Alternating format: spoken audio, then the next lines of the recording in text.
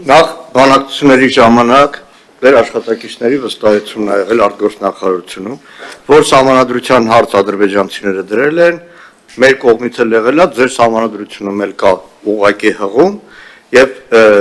քննարկման նյութ եղել է։ Սահմանադրությունները միշտ ուզեցել են փոխել։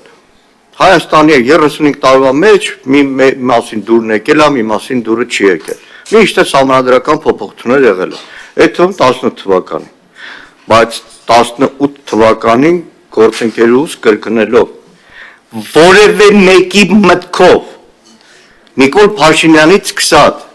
մազաչափ մտքով չէր անցնի հարձակվել Հայաստանի անկախության հռչակագրի վրա։ Ճիշտ չեք ասում, պարոն Միրզոյան, մոլորեցնում է ձեր իշխանությունը ժողովրդին։ Դրա լավագույն վկայությունը 18, 19, 20 թվականների անկախության հռչակագրի հետ կապված նույն Նիկոլ Փաշինյանի ուղերձները դիֆերամբները անկախության հռչակագրի մասին եւ դրանից հետո այսօր հարցակում, թշնամական հարցակում մեր երկրի ծննդական անկախության հռչակագրի դեմ կոնֆլիկտացին է։ Լավը չեք ասում ֆաշիստական ու ռասիստական է,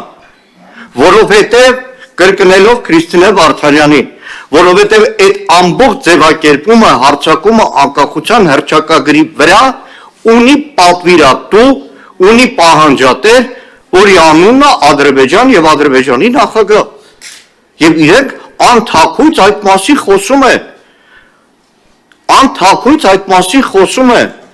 Սրանից հետո խոսել այլևս ինքնիշխանության մասին, ինքնիշխանության պաշտպանության մասին մեզ էլ մեղադրել այդ տեսեք հարցակվում են դիմությունը ինքնիշխանության դեմ,